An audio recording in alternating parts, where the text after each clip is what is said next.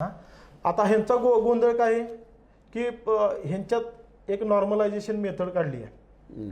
Same टायमिंगला paper दिलेल्या विद्यार्थ्यांना एकाला 88 मार्क पडले. विद्यार्थ्यांना थेट याचा फायदा होतोय की आता जे कंडक्ट करणार आहे नॉर्मलायझेशन मेथड आहे. सेम विद्यार्थ्याला एकाच सेम टायमिंगला पेपर दिले, एकाच वर्गामध्ये बसले होते, 78 पडलेत, एकाचे 85 झालेत, एकाचे कमी झालेत.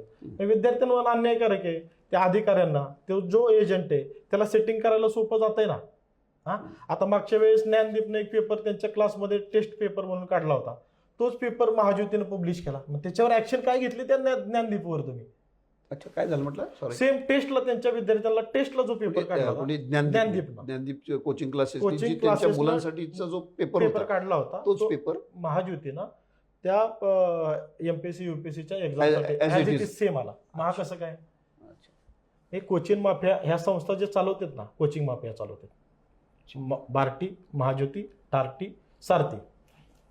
आता तुम्ही छान शब्द काढले, कोचिंग माफिया. हा कोचिंग माफियाच आहेत ना. आणि हे जे सामाजिक न्याय मंत्री तो विद्यार्थ्यांवर अन्याय मंत्री आहेत, ते त्यांचा अधिकार नाहीये. विद्यार्थ्यांवर अन्याय कसे करू शकतात?